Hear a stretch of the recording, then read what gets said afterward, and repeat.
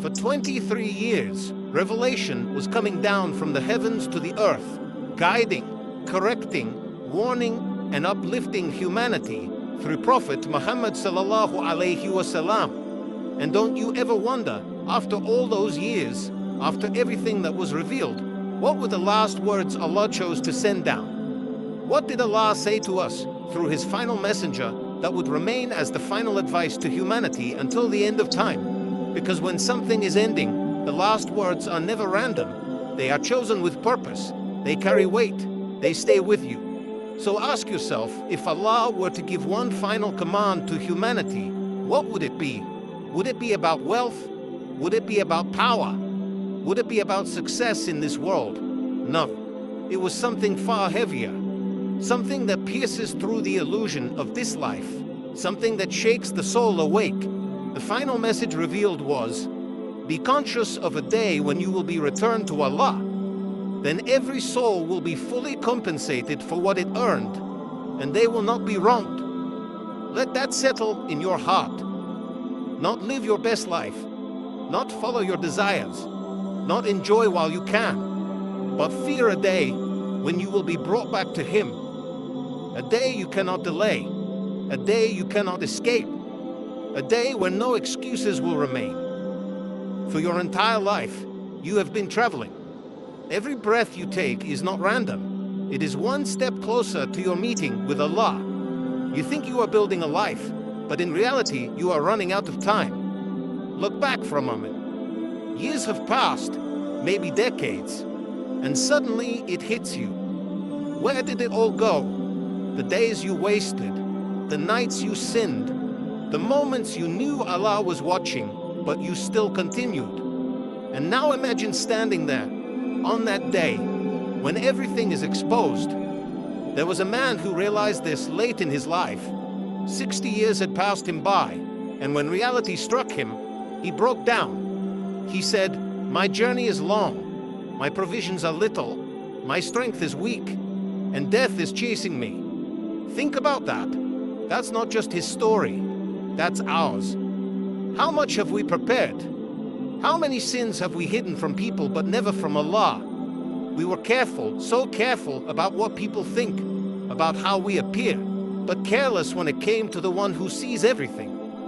A scholar once explained the meaning of the words, we belong to Allah, and to Him we will return. He said, if you truly understand that you belong to Allah, then understand what that means. You are not your own. Your time is not yours. Your body is not yours. Your life is not yours. You are owned. And one day, you will be returned to your owner. And when you are returned, you will be questioned. What did you do with what I gave you? What did you do with your eyes, your tongue, your time? What did you do when you knew I was watching? There is a question that should shake every soul. What will you say when Allah asks you? There was a man who recited these words, if my Lord were to say to me, were you not ashamed to disobey me? You hid your sins from people, but you came to me with them. You feared their eyes, but you had no shame before mine. So what will you say? Who will defend you? Who will stand for you? On that day, there is no hiding, no filters, no second chances, just you and your record. And now ask yourself honestly, if that meeting was tonight, would you be ready? Or would you say what that man said? It is difficult, it is difficult. But listen carefully, it is only difficult if you continue like this. Because the response given to him was not despair, it was hope. He was told, it is easy. Fix what remains. Live the rest of your life in obedience to Allah, and Allah will not only forgive your past, He will transform your sins into good deeds. Think about that mercy, not just erased, but replaced.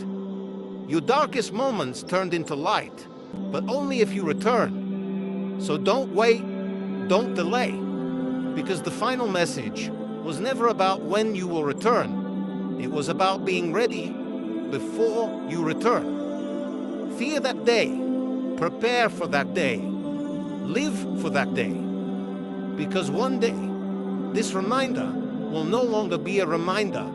It will be your reality. And on that day, you will wish you listened. Ya Allah, allow us to remember you before we are made to remember this day by force.